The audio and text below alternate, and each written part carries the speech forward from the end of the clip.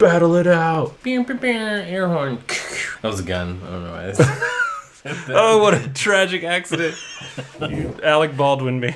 No, that's terrible. Poor Alec Baldwin. Where was our stunt coordinator? Follow us, and then we can get the big bucks. We'll hire a stunt coordinator to avoid an Alec Baldwin situation. I know, right? That was his mistake. He didn't have enough likes and subscribes. I guess. So, how did you feel about using the word lubricate in the intro last week? It was fine. Things don't bother me like that. You called it out though. Because it's funny. Not because it bothers me. Because I just want to make it clear. I'm not making you say this. No, I know. You just enjoy the script enough that you're gonna stick with it. I came up with another terrible rhyme to lead into the intro song. Did we do one last time? I did. And then we did one for plunder. Yeah, it offended you so much I wrote a bunch more.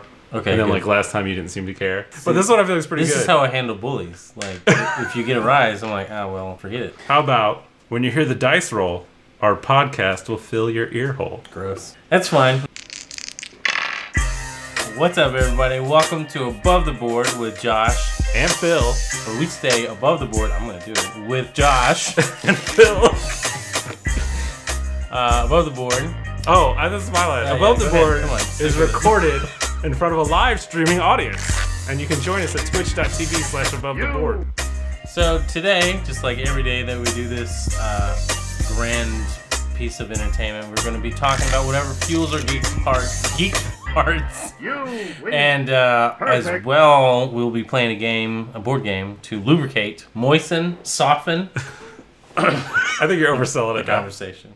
What are we playing today? We're playing HeroQuest. Yes. Your choice. Yes. And you've been so psyched about this for a very long time. Well, because this is like the game I played when I was 10. It was like the 90s gateway into Dungeons and Dragons without being evil like Dungeons and Dragons. I forgot about that whole thing. Yeah. Now, I remember this whole board is like giving me old school, high school vibes of playing tabletop game. Oh, good. Probably. So I'm going to give a high-level summary that I can put in the podcast. And then, unless we say something clever, I'm going to cut out the rest of it. Okay. So the elevator pitch for HeroQuest is it's Dungeons & Dragons. Light? Light. You're going to have 4 heroes.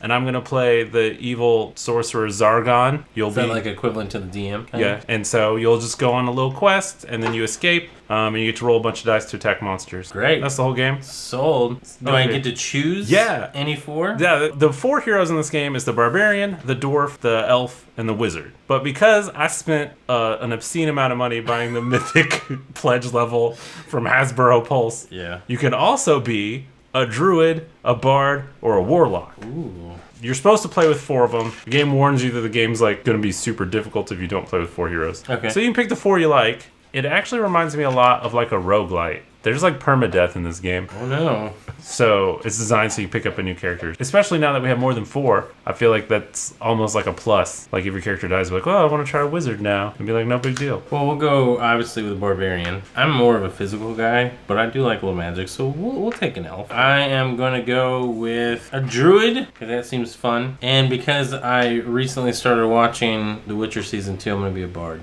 The half-orc bard. I feel like it was a deep cut. That is intense. Look at him. Look at him. He's so good. He's got his hand up because he's belting out a jam. And you actually get a character sheet for each character. Okay. You got to fill those in. You can name your characters specifically. Cool stuff if you want. See, barbarian, we're going to call him... You can come back if you're struggling. We're gonna call him Pectoral. Pectoral the barbarian. Okay. Then we got this is for Key and Peele. We're gonna call the elf Aaron. It does sound a little Lord of the Ringsy. Yeah. I am Aaron.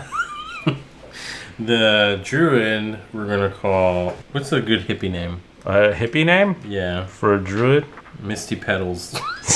That's way better than what I had. And then for the very handsome bard here, still belting out a tune with a hand to the chest, we're gonna call him Fergie. Fergalicious. Saw someone made apparently a children's book of Fergie singing the national anthem. What? Do you not remember when she did that? No. They she sang the national anthem for the NBA, and she was trying so hard, it went terrible. I don't remember. And this. So how long ago was this? This was a few years ago. Yeah. It was pre-COVID, I think. I feel like it's the last I think pop culture thing I talked about before we all locked ourselves in our house for 3 weeks. That's the best way. Isn't that kind of weird and scary that it's like in games or like, fantasy, they're like, before the fall, after the fall, like old world, new world. And now that's how it is. Like it's like before COVID really and after COVID. It's like hit this weird amount of time where I'll be like, oh, that was like, just before COVID. And then I was like, we're coming up on 2 years. 2 years, just about. And I can't believe that was 2 years ago. I know, man. I can't believe that we're in the 2020s. Like, this is like sci-fi time. Like Blade Runner time. Oh, just about. Like, we're like 20-something years away from Blade Runner.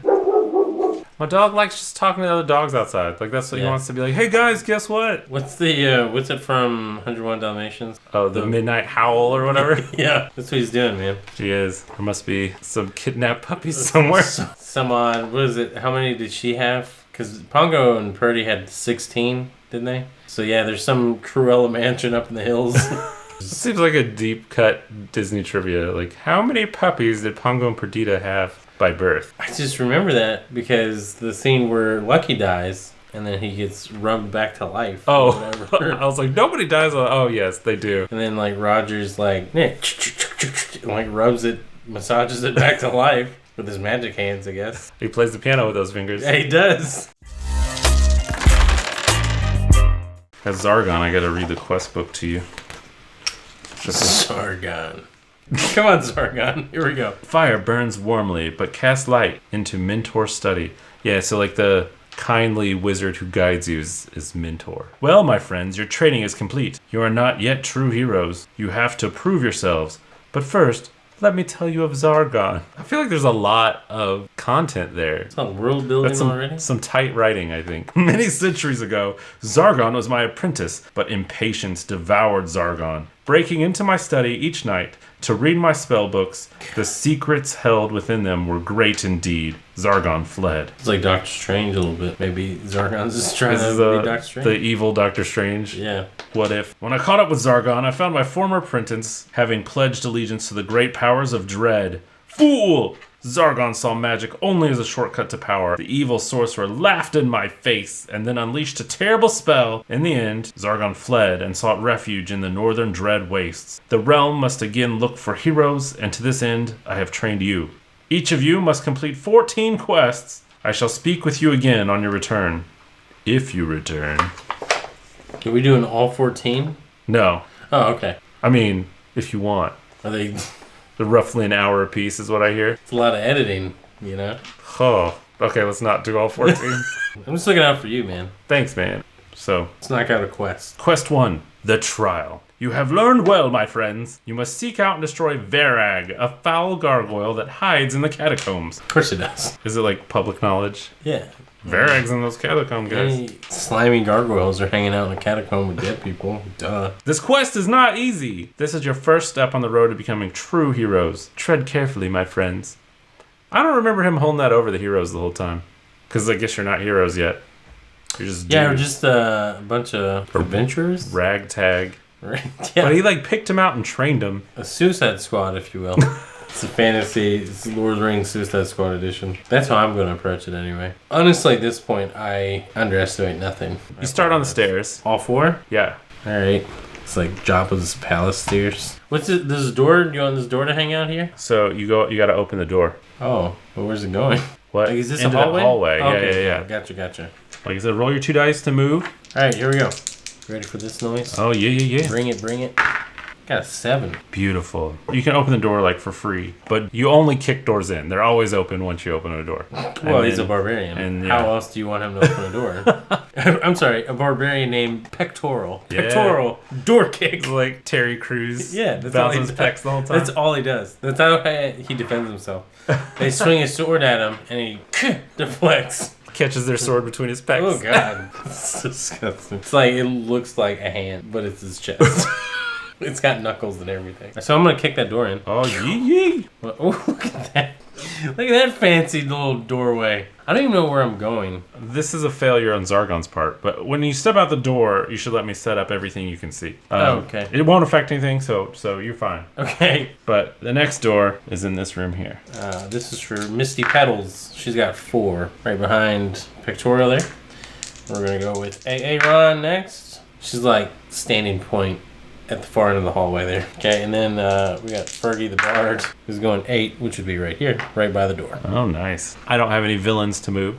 Okay. So back to the top of the order. Pectoral. We're gonna check out what's in this door. So we're gonna go kick that door in. Beautiful. So here's a new choice from this new updated version that I don't know how I feel about. You got lady orcs to fight.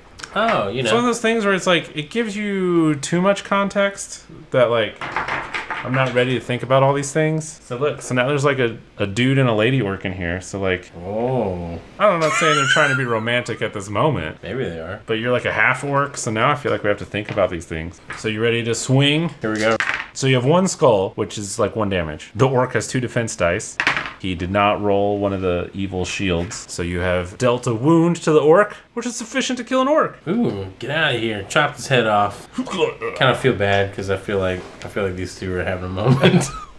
And then I just kicked their... He just promposaled me, and you've killed him. I just kicked the door in and was like, what's going on here? All right. He had a whole series of signs he was dropping on the floor. He was nervous. Like his bending over picking up the signs, it took as an attack posture. That's why I just immediately was like, Watch out, those are throwing posters. watch out. Head gone. Since that was an action, my movement's done. Yep, you're right? done. Okay, Misty cool. Petals. Misty Petals is up. Go. I think This is too much fun. Here we go. I told you this game's awesome. All right, we're just gonna hang out. But you can cast a spell. Hang outside the door. But she's not in front of the door. Does that matter? I don't know if I don't know what your spells are. Okay. I think she like turns into animal form or something is like her thing. Ooh, yeah. Let's do that. Shapeshift. Oh, well there you go. I have 2 healing spells actually. Oh, druid, nice. Technically. I have a pixie that heals me but also reveals traps or secret doors. And I was like gonna convince you to take water instead of fire, but you made the right call. I didn't even know about these little... You just intuited it. Yeah. I was going off my Diablo 2 stance. The druid is like one of the best in that game. So you could like shapeshift now and be all beast mode for the next one. Well, and I'll do that. Shapeshift into a werebear. Oh snap, dude! That art. It's real legit. Yeah, we haven't had a good dad joke yet. See, you're exercising your right to bear arms. There it is. We got it. We got it in. It took a little while. That's a top 10 we dad got joke there? in my opinion. Like, you know how it was like 70 degrees the other day? Yeah. And now it's 20 degrees again? So stupid. Oh no, I was over here because we were picking up that costume. Yeah, you were over here in And it was shorts. shorts. And my thing was I kept telling everyone, was like, sky's out, thighs out. That's so good, man. And people were like, isn't the sky always out? That doesn't make any sense. Like, don't take this from me. Don't take this from me. All right, Aaron, what you got? Ooh, man, Aaron's a fast little guy, girl. Because I did the mega Kickstarter, you can gender swap any of the main characters. That's fine. So if you want a male elf figure. Nah, she can be a female. Her and the Bard, I think, have something going on. You know? I think And it's the like, bard? Yeah. Oh, okay. It's like a Legolas Gimli thing, but instead of best friends, they're lovers. Ooh, we're gonna hit this lady orc with a spell. Alright, feel free to use your spell, but these are just the first 2 of many enemies. Okay, all right. You know what? You're just looking out. So I'm gonna save those spells for what is his name? Like Varguli, the whatever. Varag! Oh, sorry. The gargoyle. The gargoyle. All right, we're just gonna attack with a short sword. 2 skulls. Uh-oh. No blocks. She dead. I'll never see prom. Now they will together. In Orc Heaven. Great prom in the sky. Yes. And then we're going to Fergie, the Bard.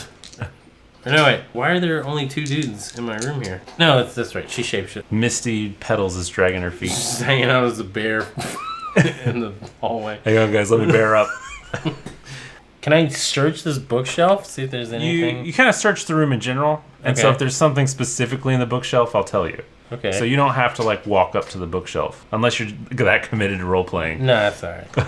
We're just going to move Fergie into the room, like right here. Just hanging out by the books. So you are role-playing. Call it you. Yeah, it's fine. He's not searching. He's looking at the door. That we're like, I wonder. You can search for treasure in the room. Like each hero can search each room. Oh, well then one we'll time. have Fergie do that. What happens? So you just get to draw treasure. Ooh, jewels! Worth 50 gold coins. So is that for Fergie? Yes. He has 50 gold? Yes, I think you're allowed to, share your money. Nah, Fergie's like the bougie one. He's got a purse. Look at him. Tell me he doesn't have a purse. He's wearing purple. Not that that's a problem, but he's got a velvet purse on him. Next time I see someone in purple, I'll be like, where's your purse? Please. I have plenty of purple shirts. I expect you to ask me this. All right. Barbarian dude's about to kick down another door. Kick down this door. Just wait before you go through. So Okay. set it. Okay. It's like the loading screen. Look at these guys. Man, they're intense. What is that? Is that a fish man? It is. So it's a goblin and an abomination. He is an abomination. He's super cool. He's like the one thing I'm sad about, because like my favorite enemy in the original was called like a femur, Femur, and they're like this weird cyclops with a spike tail or whatever. They were super cool. I thought they were the coolest enemies, but interesting name. But that's like I guess a Warhammer TM villain. Like all the other monsters are the same, just like they change the way they look. But femurs are out, abominations are Get out of here, femurs. We don't want you. Generally speaking, in the first few months of the year when there's a small lull, all the big holiday games came out, people are recovering from holiday food comas. I typically dig into indie games that either have come out in that lull or come out throughout the previous year, and I try to knock them out real quick. Because typically indie games are like, at most 10, 12 hours. Sable, there's not a whole lot of, it's really good. I don't know if you ever played Journey or saw it played, because I don't think it came to anything but PlayStation, actually. Was that the one where you just walk through a desert? Pretty much. It's a really fun, it's like a 3-hour game, but it's a fun experience. And the music in it is really, for me personally, what I enjoyed most about it. The soundtrack is so flipping good. Well, actually, hold on, let me backtrack. The reason why I brought up Journey is because Sable is Journey, but with speed breaks. So it's like a platform puzzle game. There's no combat. You're just solving puzzle after puzzle in a big open world. And to get in between everywhere, you get to upgrade and build your own speeder bike. That's neat. It's kind of cool. And aesthetically, it's all hand drawn. But anyway, there's one that came out, an indie game that came out in January called Nobody Saves the World. It's a super interesting RPG dungeon crawler game that's also like a roguelite, because that's what everybody does anymore with RPG. But the idea is that you wake up with somebody as with amnesia in this weird foreign fantasy world. You have no idea who you are, where you came from, so everyone calls you nobody. But then as you level up, you find out that you have the ability to turn into these different forms, and they're wild. Yeah, you have your barbarian, you're warrior class, but then you have a rat or an egg or a jar of pickles or a horse or a zombie or just weird things, and then each form has different skills that you level up. Each ability is unique. Each dungeon has a form that is needed for that dungeon. Does that make sense? Are you switching between forms while you play? Yeah. On the fly. You can be you can go into a dungeon as nobody and then turn into a rat to get into little holes to scurry around. Look for treasure, and then turn into the warrior to fight, turn into a ranger to fight from afar, obviously, stuff like that. Neat.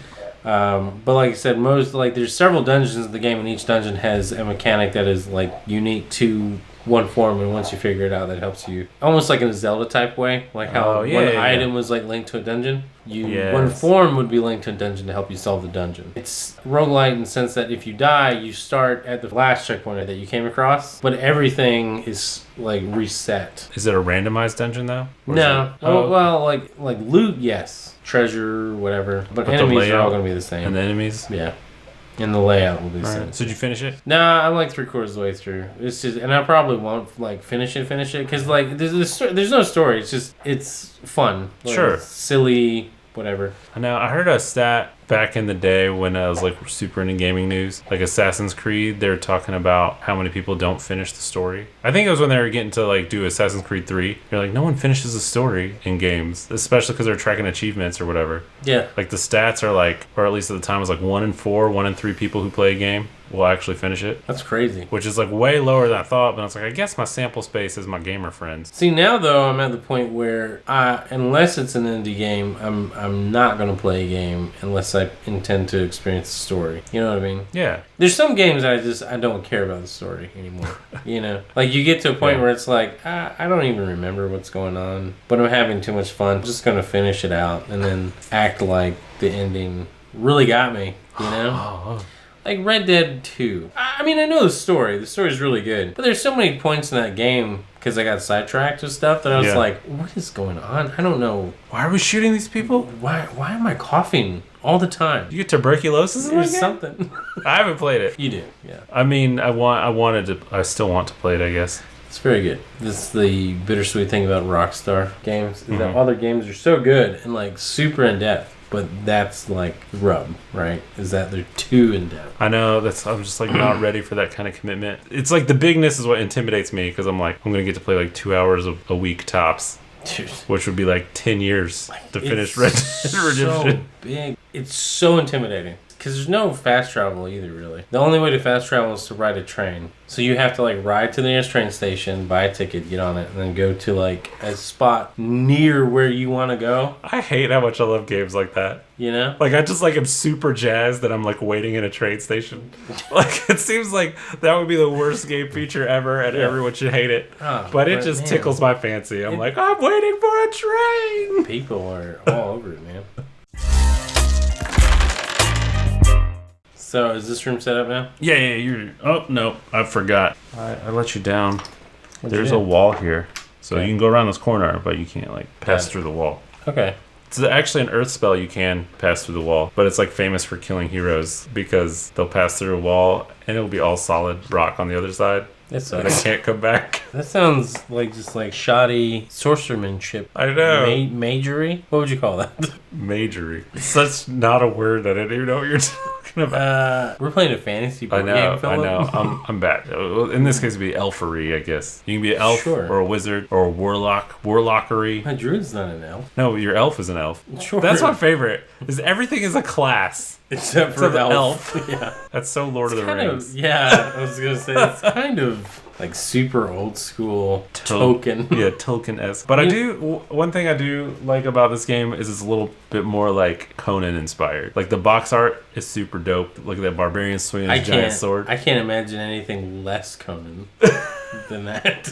It's awesome. Did I ever let you read the Kurt Busiek Conan? It's so good, man. I think so. It is. It's like what turned me on to the comic. Wow. I was never into it. I was at Gen Con. Really? I usually never stay for comics, period? Yeah, I had not really read any. Because, I'm not like a big superhero guy. Yeah. So I never really cared. But like I was on the last day of Gen Con, everything's shutting down. Like the series has been out for like a couple years, and so they're trying to promote it. And when me and my friends walked by, they're like, "Here, take them," and gave me the first 3 trades. Well, it's free. I'll read it. Yeah. And I was blown away. Because he's like my favorite author. Any of his stuff, like I'll read. I guess except for his major superhero runs. But he like invented the Thunderbolts or something. Oh, nice. And so he's like... Well, then he's all right in my book. Yeah, he's a top quality writer. I think his most famous thing is Marvels, where Alex Ross, who like does the lifelike paintings or whatever, did the whole thing. And the story is about a newspaper photographer. But it's like his career parallels like the Silver Age, Bronze Age like comics. Oh, nice. So it's like he's the first one to report on the Mariner fighting the Human Torch. Nice. And then it's like as it goes through time, it's like the mutant riots or whatever, and he gets caught up in it and like feels bad about his racism. Is this a Marvel It's thing? called Marvels. Yeah, but is it like Marvel? Yeah, and so it's like all the real Marvel did it, and it's like all the classic superheroes. So it's like pretty cool. It's like a history of comics from the 50s to the 90s, except in Marvel universe. Nice. From the perspective of like a regular human. I can't believe you haven't read that. I'm not. Top-notch recommendation for me. Yeah. I'll give it to you before you go. Okay. It's so good. That sounds super cool. You will love it. Yes. I can't believe I even heard of it. Like, it sounds somewhat familiar, but it's not like something that's like in my encyclopedic knowledge of stuff. It's not really like bumping out there. Because he just got permission, I guess. I don't know. Marvel wants him to make like more of them, and so it's like a new series out called The Marvels, and it's this like street level stories of Marvel characters. Speaking of comic stuff, though, I wanted to bring up really fast. Did you hear that Mike Mignola is coming back to do more comics? Oh, he's like some of my favorite art. I love his art, dude. So good. And it took me like I'd say in the past 2 or 3 years to realize that you remember the Atlantis movie, the Disney movie? Yeah. He did that. Well, like he art directed. I remember he that. He was the art director. Yeah. And it's such a good looking movie. And then when you go back and you watch that movie, you're like, that's definitely Mike Mignola, you know? Yeah. Like, that's for sure his art style. Like the big blocky hands. Yeah. But no, he has he's doing it's coming out soon, I think. Like within the next month or two. It's like another paranormal bureau type in the same vein as Hellboy kind of stuff. It's Does he own Hellboy, or is it like he has to make his own? I believe he owns Hellboy. I could be wrong on that, though. I know there's Dark Horse or Image, one of the two that does it. Yeah. Or publishes it, but anyway. Dog cameo. That's right. If you're not paying attention, you gotta look. Look at this horse. Yes. It's a hyena. He's a horse. It's a hyena. And it's so funny because it's like I never imagined owning a big dog, but I'm like used to how big he is. And then I'll see other people's dogs and be like, what's wrong with your dogs aren't supposed to be as big as mine. What's wrong with your weak, small dog? No, it just cracked me up because he walked around the table and he's so tall. I guess it's his tail. Is he hitting something? Well, yeah, this clamp for my camera. Like, jeez, like a jaguar walking He is. here. And I'm so mad he's so big because he can like rest his face on our dining table. It's never a dog all along. It was actually a giant small horse. It's a little person in disguise. Oh. I immediately just thought of Kenny Baker, the guy who played R2-D2. Or Warwick Davis. Ah. What a gem he is. Oh, did you see they're bringing Willow back? Yeah. I'm so pumped for that too. Dude, yes. I would play HeroQuest and watch Willow. That was me as a 10-year-old. I cannot think of something more Phil. Jeez. I can just see. Ooh, what did you like? Did you have snacks? What kind of snacks did you have? Like, this sounds great, though. That sounds like a good Saturday afternoon. Oh, yeah, man.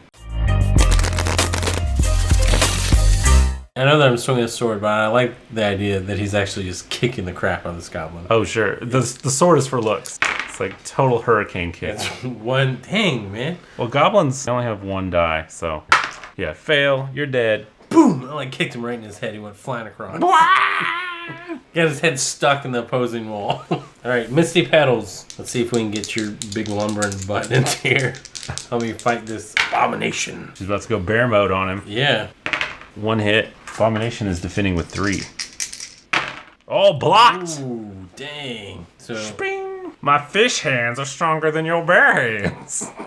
what a monster. Alright, Bard, Fergie. But I'm going to cast a spell as a Bard. Oh. I'm going to cast Lullaby. This spell puts one enemy into a deep sleep so they cannot move, attack, or defend themselves. Lullaby Nice. and good night. Go to sleep, sweet abomination. I can't make a sleeping fish sound. They even sleep with their eyes open, don't they? Those dumb fish. So he's like asleep, but staring deeply in your eyes. Everyone's just like, this is really creepy. In the bard's eyes and the druid's eyes at the same time. Stupid goldfish. Barbarian. Barbarian's going to charge. 1, 2, 3, 4, 5, 6. We're going to get behind him. Classic. He like slid under him. Like, right, he swung at the barbarian and he like got down on his knees and was like, whoosh, and dodged him and then got behind him, okay?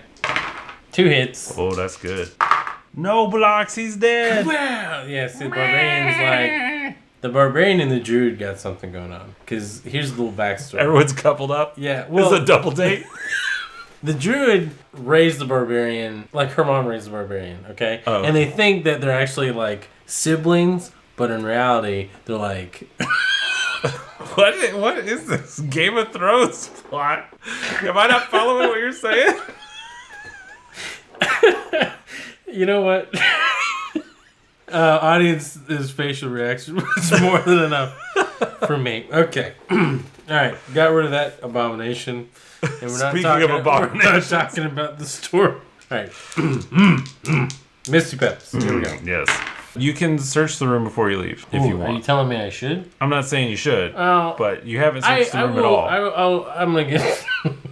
Can talk. Misty, let's just go out of here, okay? You're making it weird for everybody. Everyone's really uncomfortable. Alright, she's in the hallway, chilling out. And then we're going to go with Aaron. Aaron, actually, before I move, we're going to search the room. The weapons on this weapon rack are chipped, rusted, and broken. There is nothing here that the heroes would want. Oh. So draw a treasure card as normal. Oh, okay. Potion of defense. Amidst a collection of old bottles, you find a small vial containing a clear liquid. And then we got Fergie. What's Fergie going to do? Fergie's just going to be weird and stand in the doorway. Alright, each character can search a room. So you could search and draw more treasure cards if you want to. Oh, that's alright. Is there something else? I'm not trying to push you to do it. Yeah. I'm a greedy player. Yeah. And I'm like, we can't leave this room till all 4 of us search. And then you end up fighting a bunch of wandering monsters. So, Yeah. you know, I'm not saying it's a good idea. That's I'm just okay. what I We would almost do. got killed by abomination. I don't want to be in this room. It's bringing up painful Bad memories. memories. And we just had a really awkward... Revelation. Okay, All right. my turn again? Pass on. Pectoral. He's like, why did I join this stupid group? This dumb, weird fellowship. And everyone's like, what are you talking about, bro? You're the one that's being weird about it. Misty. Kick that door in, Misty. Oh, man. There's a chest in this room. And these are the fearsome Dread Warriors. It's intense. Yeah, they're super intense. There's 2 of them? Don't go in that room yet, Misty. You're gonna get squammered. Hey, Ron. Those dudes scare me. I'm gonna cast Ball of Flame. He takes 2. But he's a hoss. We haven't talked about a topic in a little while. You want me to tell you about Dying Light 2? Yeah, you mentioned it briefly the other day. It sounds super fun. Yeah, it's a pretty good game, man. I mean, like I told you the other day, the story's trash. Like, just absolute trash. Does not make any sense at all. That's hilarious. It's one of those games, also like I was saying, where like a few hours in, like you do a quest, right? Mm-hmm. And like it's fun, it's good times. But then like a few hours in, like you meet another character and it's like, oh, thanks for doing that for me. And you're like, what? What did I do for you? And then you have to read your journal, like the quest journal. Like, I hate quest journals. Oh yeah, that's right, I did do that. You're welcome, I guess. I don't care. Where do I kill more zombies? But no, mechanically the game is awesome. If you take away the shoddy narrative, it's a solid 8.5. If you add in the shoddy narrative, and I mean, it doesn't damper that much. Because, like, honestly, if you're just playing it just to, like, do fun quests and get an RPG element and do, like, parkour, running around, taking out zombies with melee weapons because there's no firearms in the game. You do get bows. What's the setting for this? Post-apocalyptic? Yeah. Oh. Like 15 years after the events of the first game, which was like pretty much immediately after the zombie outbreak. Your character is split into 2 skill trees. You have your combat and your parkour. One really cool thing that I do super like about the game is there's, of course, there's collectibles that you have to find, but an interesting way that is tied into the shoddy narrative that I previously mentioned is that you have to find these shots. They're called inhibitors to slow the infection that's in your body because you're infected right from the get-go. It's not really a spoiler. It's in the title of the game. Stay human or whatever. Like that's the whole point. And the more of these medicines you take, the stronger you get in the game universe. So the idea of leveling up your health or your stamina that ties into either your combat or your parkour skill trees is by choosing which stat you're going to upgrade. Depending on what level either of those stats are at, it's going to tell you what skills you can choose when you have the skill points to spend. Say you get 3 inhibitor shots, you level up your health so it goes from like 120 to 140, and now you have like a whole new tier to choose from. So it's kind of cool because it does tie into the story in that sense that like your character's trying to maintain his humanity. I'm like 14 hours in and I'm still in the opening area and I got a lot left. Dying Light 2, it's pretty fun. I got it on PlayStation 5 because I had the first one on PlayStation 4. I'm the type of person that like if I started on one console, I can't skip between. I just can't. I don't know why. If there's some kind of carryover of any kind, that's cool. I mean, there's no point. Spoiler alert for a game that's 6 years old. The main character dies in the first game, so and he's not referenced hardly at all in the second one because it's almost 2 decades later. It still would be dope though if the first zombie you fight has all your gear from the previous game or something. That would be kind of cool. I mean, there's 2 canonical endings, which is confusing for the first game. One where you don't die, but you become a monster, and one where you do die, and no one's been clarified as to what is like the actual true ending. I like that. I like when games honor their previous end however you want thing. Like, I kind of hate when games, like, pick one for the sequel. I'm also just not a big fan of games that are like, here's these choices that ultimately don't matter. Like, when you get, like, railroaded and it's always the same ending, like, kind of no matter what. Yeah, that annoys the living crap out. Like, I don't mind them in games where they set up, like, a huge, epic, like, endgame showdown, like Aspect 2 or Dragon Age. Like, that's cool because your choices lead to who's going to show up or who's going to survive by the time the credits roll, right? But like this game, it's like, oh, it's just how determines on what type of ending you get. You're like, I hate that. That's not the actual ending. Like, it's like a what if scenario if you did this instead of that. It's so dumb. And there's a lot of it in this, and it just drives me crazy. Like, it never makes me feel like I'm personalizing the story. It just makes me feel like I'm branching off into pointless points that ultimately don't matter. And I just think it's lazy. Anyway, that's my take on Dying Light 2. I give it, as a whole piece... Thumbs up, thumbs down. That's what we want. Thumbs up. Thumbs up. It's definitely worth playing. Sure. But it's not one that's like you need to rush to the store and get. And it can definitely be a filler game during the summer when there's not a whole lot coming out. And people are waiting for big games for the holiday season. It's a perfect game for them. Here come the Dread Warriors. All right, so this one will come out and go toe-to-toe with the Barbarian. 1 skull. Blocked. Let's see how this bear form holds up. 3, 2. And I'm not a bear anymore. Barbarian, dude. Just gonna take out this Dread Warrior. Sick of looking at him. Sick of 1. No blocks. Yeah, You did. Chopped his head off. I feel like they're one of those kind of like Phantom armor. Yeah. Yeah. You lop the helmet off to see nothing inside. It's fueled by pure evil. Everybody Scooby-Doo screams at it with their hair stands up. Yeah. I Turns really out Warwick Davis was just in it. on top of Kenny Baker's shoulder. So we're back at pectoral. 1 possible hit. Jeez. Dude, you are really fighting the odds here. This Oh, triple block. is so stupid. Kung Fu Dread Warrior. Yeah, this is dumb. Hey, Ron, come on, bruh. 1 possible hit. It got in there. Jeez. 2 more to go. He's got a chance at pectoral. 3. Jeez, All 3. Man. How is it possible? Because he's got this giant mace that's bigger than your character's head. Isn't a normal mace bigger than your head? I mean, but okay, fine. It's bigger than my dog. How about that? It's pretty big. It's about the size of a jaguar. It's like a heavy metal jaguar on a stick. Jaguar. Son of a gun. Come on, pectoral. Jeez. You got him. Oh my gosh. Get out of here. You stupid. Whatever you are. A Dread Warrior. So that was the action. He hasn't moved yet. He's gonna hang out in the doorway like a loser. I'm gonna have him search the room. Or no, he's already done action. Yeah. Just kidding. Just kidding. Miss Petals. Miss Petals to search the room though. This treasure chest is empty. It's such a troll room. It's like 2 of the strongest enemies in the game Yeah. and an empty chest. That's You can still draw a card though. Potion of Strength. You find a small purple flask. Drink this strange smelling liquid at any time, enabling you to roll 2 extra combat dice the next time you attack. Good, because her attack action, not as a bear form, sucks. And then we're going to do... Hey, Ron? You can draw a treasure card? Yeah, go ahead. I'm going to draw a treasure card.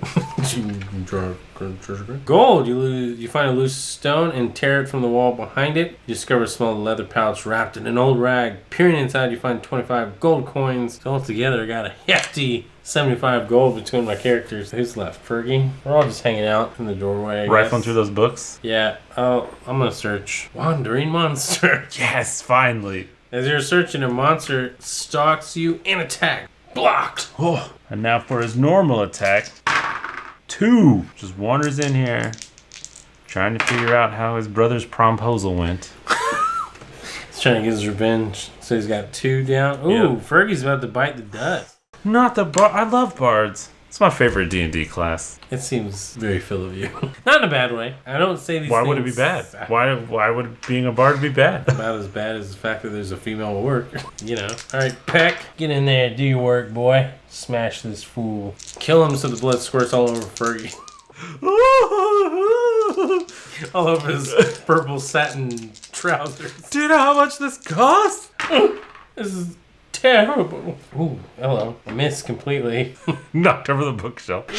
Oh my gosh! The mentor didn't train me for this situation. You suck. Misty. Is there no more? No, there's no more doors in there. Okay, goodbye. Alright. Fergalicious. Oh, there you go. That's money.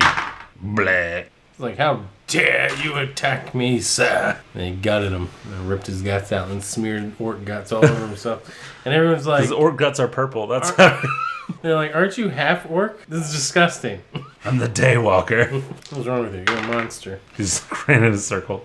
He's confused. He's covered in orc guts. He doesn't know what's going on. So weird. What's happening? The tension between Pectoral and Misty Petals Is... I don't understand. I see. The woman in the house across the street from the girl in the window Yeah. is amazing. Is it? I wanted it. Like, I didn't even realize it getting into it, but it is a parody of those thrillers. I think we're kind of slow to pick up on the fact that it's a parody. There's a couple things I laughed at, or my wife's like, you're terrible for laughing at it. But looking back, you're supposed to laugh. I saw someone talking about why Young Frankenstein is a good parody and scary movies are not good parodies. It's because you gotta like love the genre. And the woman in the house across the street from the girl in the window like leans in hard to all the genre tropes. Like you said, you saw the first one of her. Yeah. Where she like makes the casserole for him. Yeah. She makes a casserole for everything. She makes like 10 casseroles in the show. And she like drops all of them. It's so funny. There's all these like little things that there's like weird thriller tension for. Yeah. But if you think about it at all, it's like hilarious. That's great. And it's so good. Kristen Bell is a treasure. She is. She cracks me up, man. Mm-hmm. Like I loved her in Good Place. It's so funny. I love that show. Yes. And what's really funny about this woman is that it's like super intense and they like play it straight, but it's like comical because of how absurd it is. There's a couple of adult romantic scenes in there that we fast forwarded through, but they seem long. And thinking back on it, I'm sure they're like comically long. Yeah. If I'd watched them. Real awkward. Yeah. More than like hot and heavy. Yeah. Someone tweeted at her like, I just watched Kristen Bell get frisky with my girlfriend and mom in the room. And she just replied back, sorry. So you thumbs up? Thumbs up. 2 thumbs up or 1 thumb up? I mean, I give it 2, but it is like, if you think Hallmark thrillers are absurd, they are. This ratchets them up to like 10, so you can laugh at how absurd it is. It's amazing. Oh, one of the things that's so funny to me is she just like drinks wine all the time when she's in the window. But like, she fills her glass up to the brim every time. It's like a whole bottle. It's in her glass every time. And like the first time she pours it, she throws the cork in this bowl that's like spilling with corks or whatever. And like that's like perfectly what the tone of the show is, right? Like it's played really dramatically. Like she's getting the wine when she goes to sit in her window and mourn over her tragic past or whatever. If you're paying attention to the details, it's like, why is she pouring that much wine every time? It's so good. It's so good. I'm excited to check it out. It's definitely on the. It's awesome on the list. She's gonna kick down the door. 1, 2. What's in this room? Is this the climax? Well, it's just like a big room in the middle. Oh, okay. So there is a table, fancy chair. Got another Dread Warrior, another orc. Dude, is that a gargoyle? The gargoyle, who's been hiding in these catacombs. Is that what these are? I've yet to see a single comb of cacta. Yeah, he's got like a whole dining table and a throne. Jeez. And a stoke in the fireplace. What a terrible hiding. And it's also literally in the middle of the... Could I have just gone this way and just gone around and then... Yeah. Well, whatever, you know? Yeah, that would have... you gotta explore. Cheapened the trick. I'm gonna cast Fire Wrath on that orc lady in front of me. Burned. Now it smells like burnt orc in there. Fergie's like...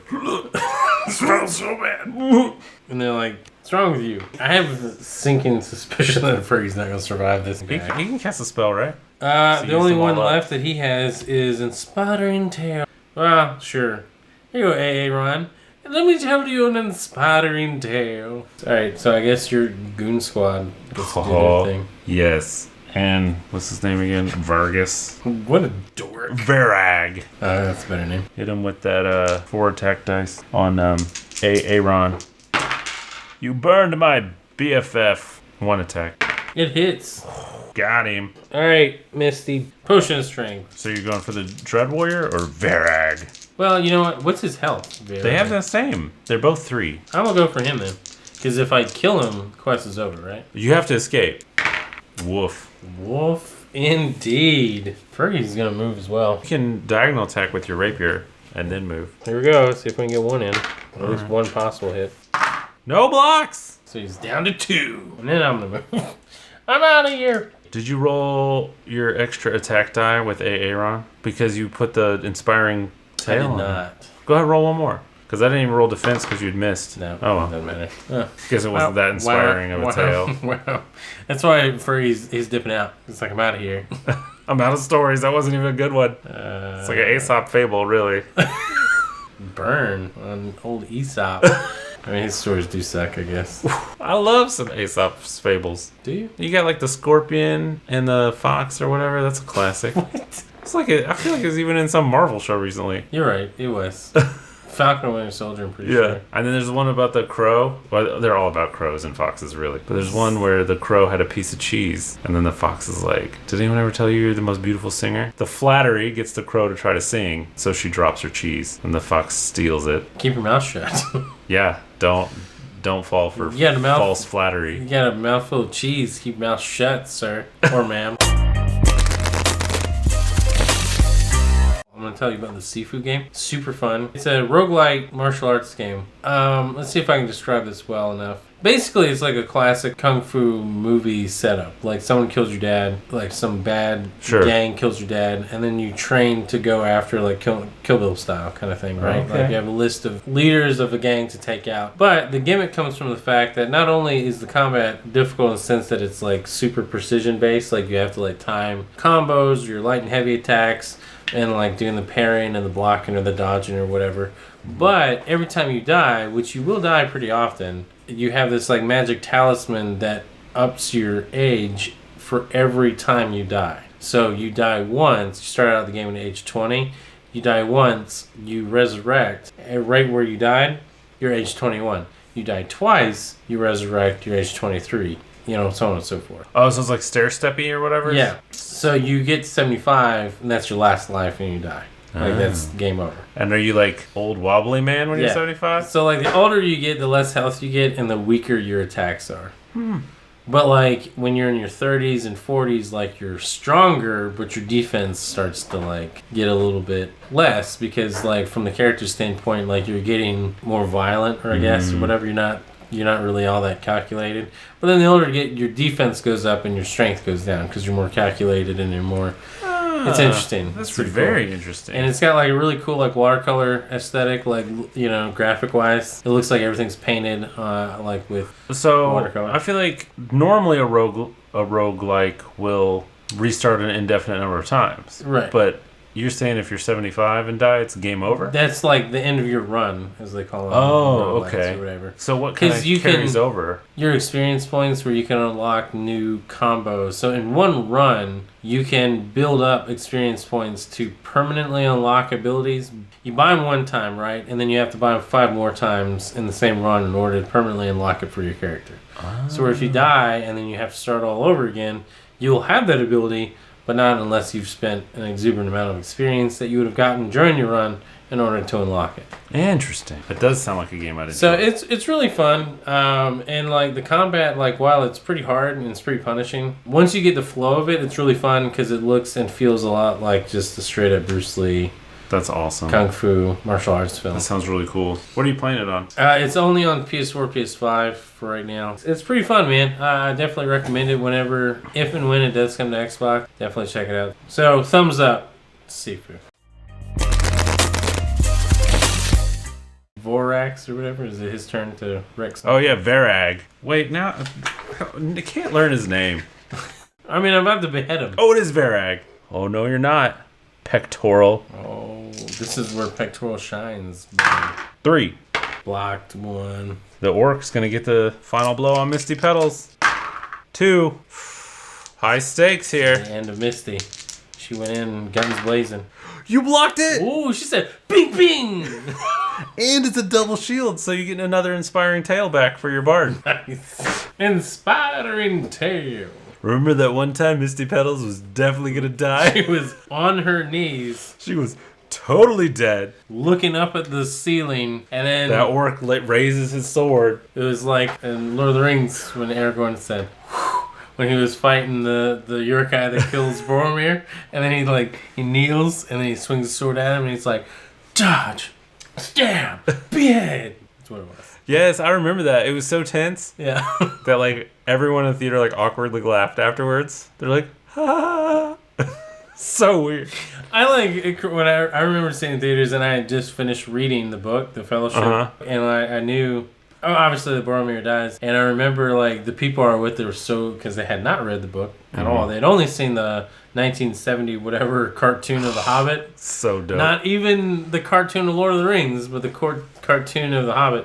And they're like, are they for real going to kill off the coolest character? I'm done. This is so stupid.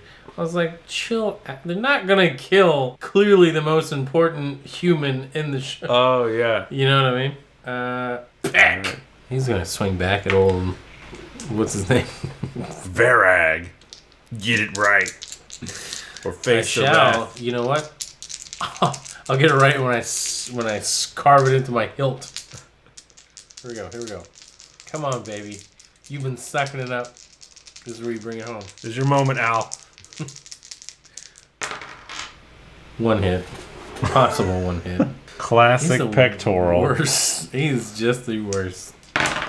They got there. Ooh, jam. Misty. Misty, you gotta get out of there. Fight another day. Oh, the gargoyle's in the way. Alright, let's see if we can take out the orc then. Dude, she has one more spell, right? A pixie. Didn't that do something? You can heal me up 2 body points. Oh, that doesn't seem like enough. Not really. It's alright. Bink! Move her to the other side of the room, I guess? I don't know. Sure. Come and get me! Just likes to play hard to get. Peck knows all about it. He's grateful for it. Is he? I don't know. You never finished the story. I don't want it's to. It's an uninspiring tale. Alright. Gagorix.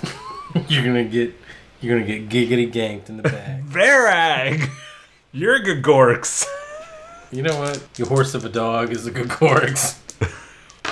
Bink bink! Fergie, what are you gonna do? Can I tell an inspiring tale from here? Fighting tale to AA run, I guess. Do your worst. Sorry, Misty. 1. Oh, that's the end of Misty. Rip. Misty Petals. Oh, womp womp. She lived a good life. What a death scream. That way I don't have to get her butt out of there once we kill Vinegar. Jeez, Peck, you're about to die, bro. Can you please do something about your life? 2. There you go. Got him. Get out of here. Goo, goo, goo, goo, goo. Bury me with my money. So we can just start booking it, right? Yeah. It's nothing left for you here. Pectoral now gets to move, right? Yeah, I was gonna say he didn't move. He just. Yeah, he is Now going. he avenged his lover / adopted sister.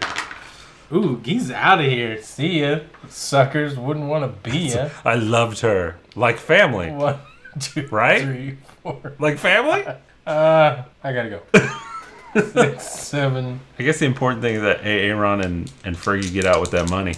That is, man. 1, 2, 3, 4, 5, 6, 7. Ooh, he gets a swing in there. Peck's gonna hold the line. 1 hit. Blocked. No, it's not. That's not a block. He's taken out. Oh, he's dead. He held the line though. 300 at it. He's like, you won't have the money. You go. Uh-oh, that's instant death. Okay, I'm done. Get out of here, Fergie. See ya. 1. The sole survivor. No, that was fun though. I enjoyed it. It was a good time. Cool. That was rough. I barely made it out in one piece. That's a W. That's a W in my book, man. Woo. Oh, and I think you get your partner's gold because they died, like, nearby. Oh, who had that healing potion? No one had a healing potion. The elf had the block potion. Block potion. Yeah. And you already used your healing spells. Everybody had, right? Mm-hmm. Oh, Misty had the pixie one. Yeah, but remember we determined that it probably wasn't. No, but if you have a healing spell in your possession, you get to use it for free when you die. I mean, she didn't have anything, so when if we play again, you can retcon it to say she survived or not. It's up to you. Retcon. It's like the orc killed her. When he like killed her, he swung his like axe or whatever, like, and it hit the rock wall behind it, and like a bunch of stuff collapsed on it, and they were like, Misty! And then, but since you didn't see body, yeah, you don't know. So maybe we'll find out. That fairy carried her out of the dungeon. Maybe not. We'll find out in season 2. HeroQuest. Gotta do a cliffhanger. I am so excited for Moonknight, I just do want to say. And I'm even more excited with the fact that I'm actually really excited that it's going to be a limited series. Meaning that it's going to basically be a 6-hour movie on the character. The ones that have been like 6-hour, I don't know what to say. I mean, they've either all way. been that. Yeah. There's not been a season 2 of anything yet. That's true.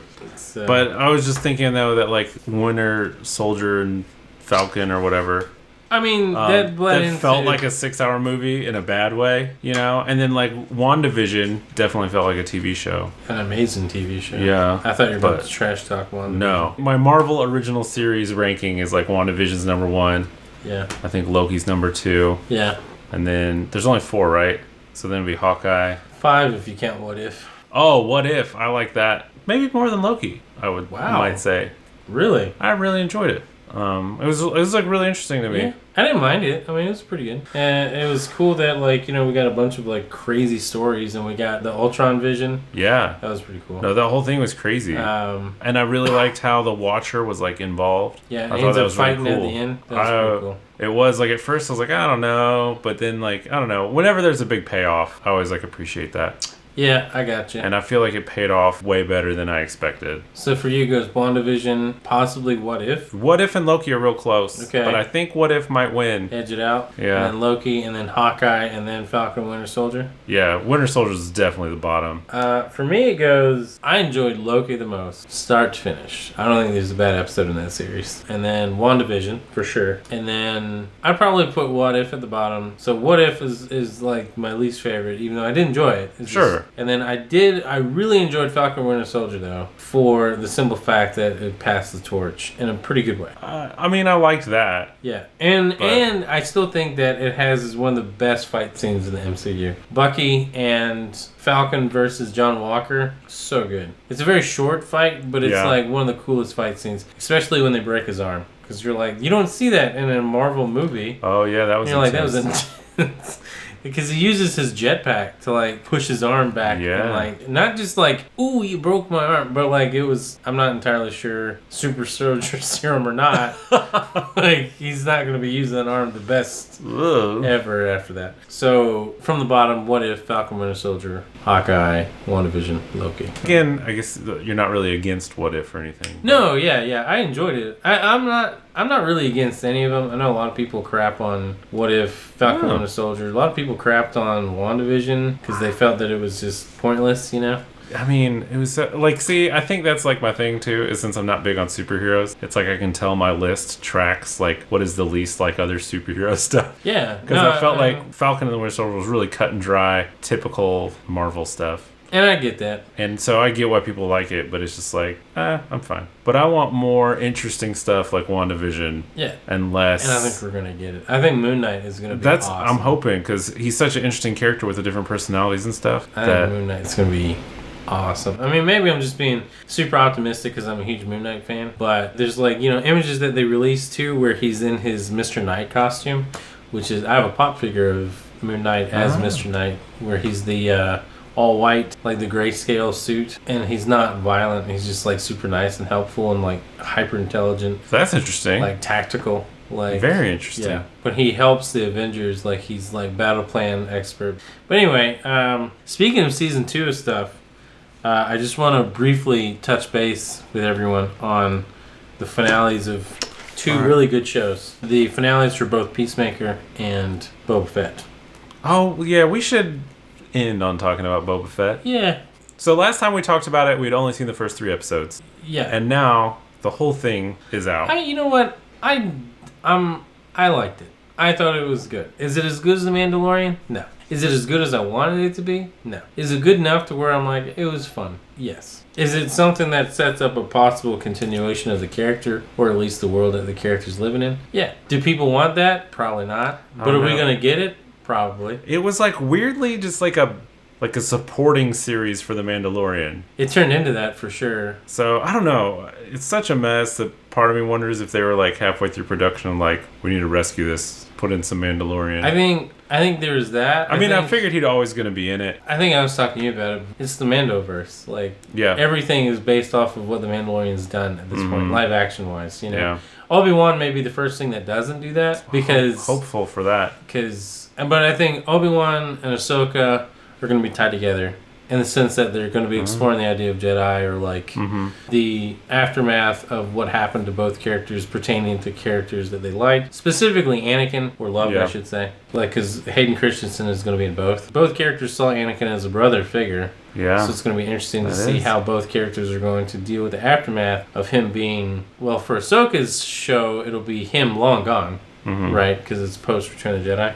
Yeah. And then for Obi-Wan's show, it'll be pretty fresh because it'll be like right when he's starting to look after Luke. I'm kind of looking forward to some of those like creeper scenes of him just like spying on Luke. Just chilling, just making weird sand people noises. Yeah, or the Craig Dragon roar. noises, Yeah. I feel like it's an interesting space to be in, and I think it's cool that like Hayden Christensen and Ewan McGregor have aged enough that they can play the same characters in a realistic timeline or whatever. Yeah, that's really interesting to me. I'm very excited to see where that goes. But no, back to Boba Fett. I like how we stay on topic on this show. Yeah, man, we're really so good at it. We are kings, kings. No, Boba Fett, like, I agree with you that it ended up being more of like a support show for the Mandalorian as a character and as the show itself, which is disappointing. But, and I'm not just doing this because I'm a huge Boba Fett fan, there's only so much you can do. And I feel like they're setting up for a potential more, like, not that this is the best way to do it, but I think there's more coming for Boba Fett's story.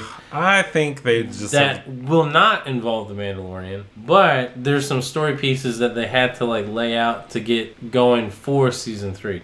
Again, do I agree with how they did it? Not necessarily. Yeah. Because they could have saved a lot of that for just the first half of Season 3. Now there's so many things I want to say. Yes. Like, one, I don't think they needed to have a Mandalorian episode in Boba Fett. Like, stresses me out thinking that one day I want to rewatch The Mandalorian. It stresses everybody out, man. And I'll have to, like, surf through Boba Fett to find the one episode I need to see to understand Season 3. How many times I've heard someone complain about it. I'm like... It's just me, like, 5 times. No. It's you. It's, like, family members. I'm like, don't watch those episodes. I know, but I'm just saying, anyway. That's why I quit watching the Arrowverse on CW, is because I hit this point where I felt like I had homework to like watch the right episodes in the right order to be able to follow what's going on. That's why you said. And I had to bail. That's the reason? No, but I mean, like Arrow season 1 was like really good. Yeah, Arrow and like Flash season 1 was really good. 2 was really good. Yeah, 2 was good. Deathstroke in it. Yeah, that was good. Then they started all the crossovers and becoming like the interdimensional galaxy buddies. I can't remember what they're called. There's like a show with like a long title. The Legends of Tomorrow. Yeah, and I was just like, Galaxy. Interdimensional Galaxy Buddies is now the name of that show. You've heard of the Mandela Effect, right? We're gonna Mandela these people. But anyways, my last thoughts on Boba Fett. First 3 episodes that we reviewed last time we talked, they don't even need to exist. Like, episode 4 picks up in a way where maybe picking, 2 or 3 select scenes from those other episodes, we wouldn't have needed them at all. We would have been right where we were. And then, like we were talking about, the tragedies, episodes 4 and 5 are, like, not about Boba Fett. So, that's weird. And the final episode was a delight, like, all the action going on. And it made me think of, like, OG Clone Wars. Like, remember the, like, 5-minute cartoons? Dude, that was animated by the Samurai Jack guy? Yeah. Those were amazing. Those. And it just made me, like, I kind of wish Book of Boba Fett was just, like, a movie that was, like, basically just the last episode. I can understand, like wanting just a Boba Fett movie. It would have been much more... I feel like made sense. There was so much filler and stuff. The thing that feel like they could have just done, like it's a streaming network. Like, nobody would be mad if they made a Boba Fett movie. No. That was just, like, a giant action sequence where he rode a Rancor around. Yeah. Or him and even you can bring Din Djarin in and have an Iron Man Rhodey team up. Yeah, because that was legit. This is my new least. Is there a TV tropes for this where people are so good fighters they can dance fight together? I'm over this. Like like Hawkeye did it. Like everyone's doing it now. What do you want, Phil? I don't know. Out of your TV, Like, do you want more like adopted brother sister lovemaking? I don't want that in any stories I'm involved in. It's like the first time I ever saw it, it was kind of like, oh, they're so skilled at fighting that they can anticipate each other's moves. But it happens so often now. Like while they're fighting, they're like rolling over each other's backs and like shooting across each other. Yeah. Which is like if you step back, you shouldn't be shooting across each other. You should be shooting opposite directions, right? If you step back, Philip, you shouldn't be going into battle with a bunch of alien fish warlords. Just saying. If you step back, you shouldn't be riding a giant pig lizard into battle either. That was so weird. And at least they brought the whole Bond thing back in, where Din Djarin's like, "Oh, I'll do it real quick," and it's like, "No, you're not my father." I was like, what are you talking about? The baby Rancor. Yeah, I got you. He was blindfolded his whole life until he saw Boba Fett. Yes. Like, there's a lot of weird, dumb stuff in everything that we love. But you know what? That's true. It's a shame on me for not being immersed in the story. But it's like I've just seen this whole, like, we're going to, like, roll over each other and shoot opposite directions thing so many times that it ruins my suspension of disbelief. I can't. Listen, I love you, man. I can't take anyone seriously when they're watching a fantasy something and they say it takes away my belief in the story. What belief? It's not real. No. The suspension of disbelief. The concept is I'm going to buy into this story while it's going on. It's got to have, like, internal rules and, like... There are internal rules. But what is the whole dance fighting rule? It's not a dance fight. They're Mandalorians. They're Mandalorians. Boba Fett's not. He's a Tusken Raider. He's still a Mandalorian at heart, okay? He never was a Mandalorian. He's taking his helmet off. Like, No. What are you talking about? He's like a clone. Did you not watch season 2 of Mandalorian? Din Djarin is a cultist. I thought we were talking about Boba Fett. Yeah, no, we are. But, like, Bo-Katan took her helmet off. All her little hippies took their helmets off. They're like iconoclasts, whatever. I feel like they're the bad ones. No, they're not.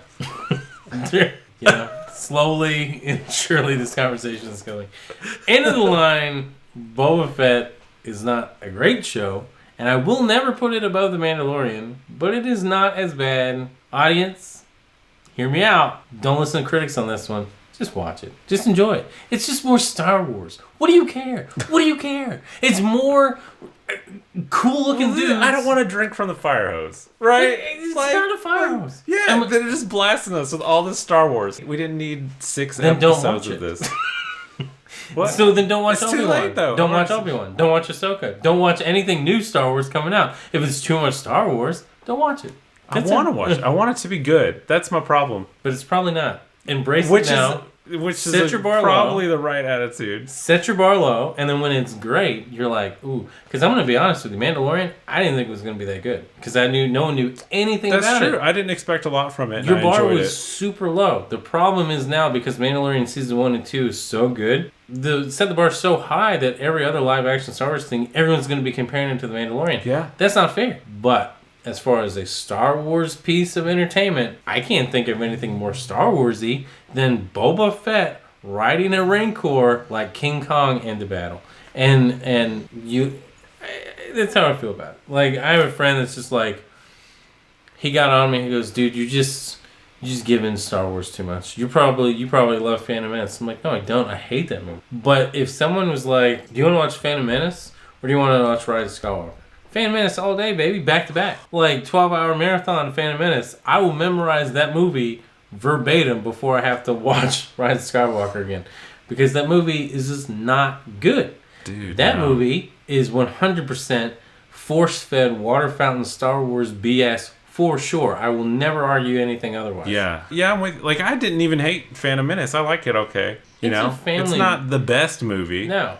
But I enjoy it fine. But I feel like Boba Fett didn't hit that bar for me. I think without the last episode being a super long fight scene, yes, I think it would have gotten a solid thumbs down for me. Yeah, well, that's fair. You're entitled to your opinion. Because I feel like I'm usually a contrarian with this stuff. Yeah. Where I'm like, Mandalorian's okay, and everyone's like, oh, but it's so good. Yeah, you do like the blacklist system a lot. And so I was like, Boba Fett is not great. And then for everyone else to be like, it's not good, maybe like, taken aback.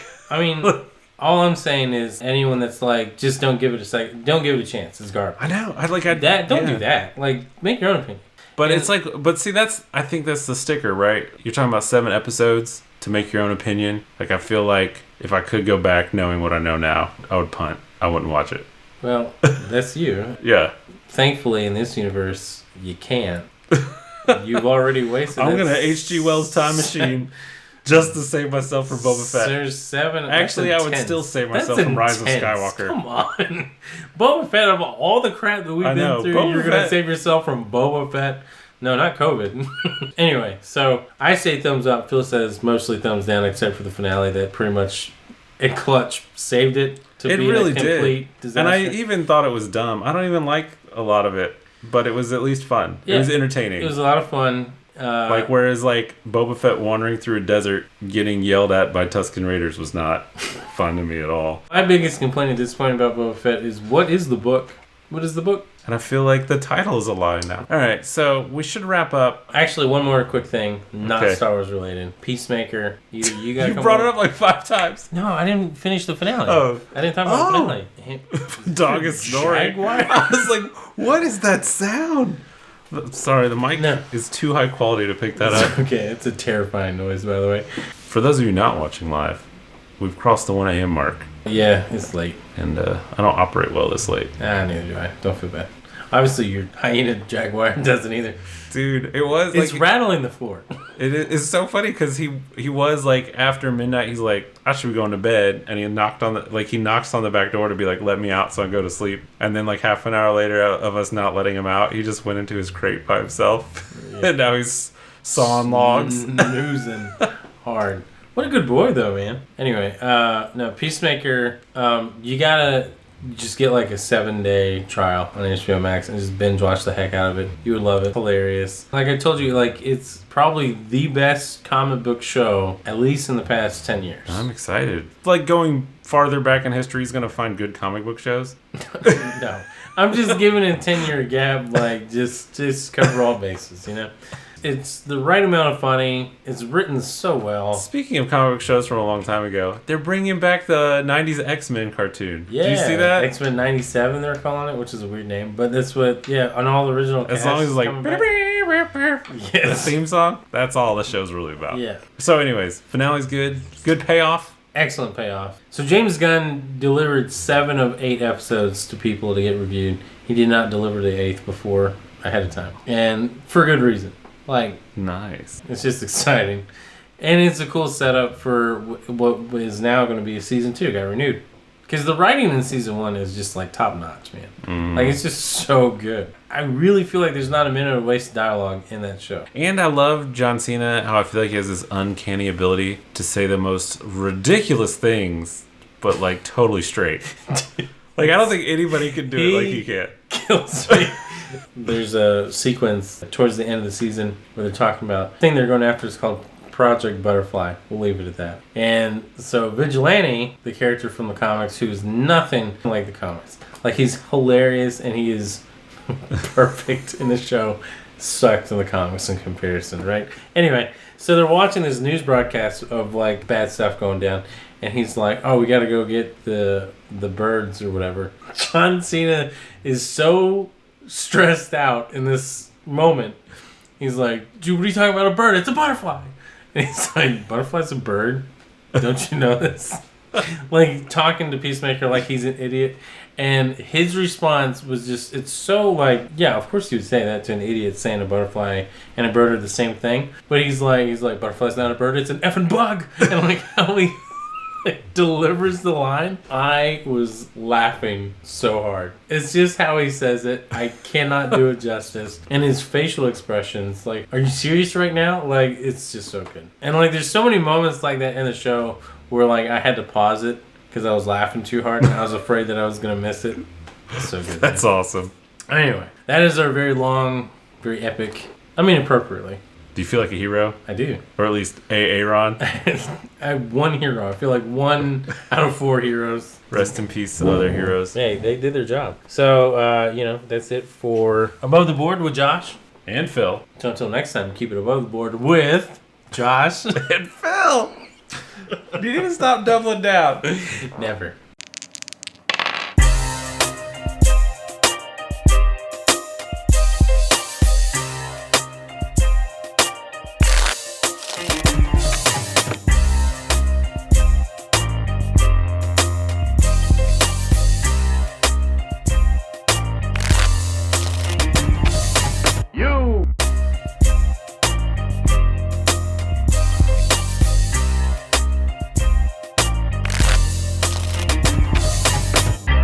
You win. Perfect. Like, I went one time with Brandy on a date, and I had calf heart salad. This is delicious. You're braver than I am. It was so good. Randy was like, what are those? And I was like, hearts? She's like, oh. I was like, cows that are not grown. I didn't even think about it being a baby. But I mean, if it makes you feel any better, they're grown specifically to be eaten. Well, sure. I mean, it's not like they Bambied them. Yeah. You know.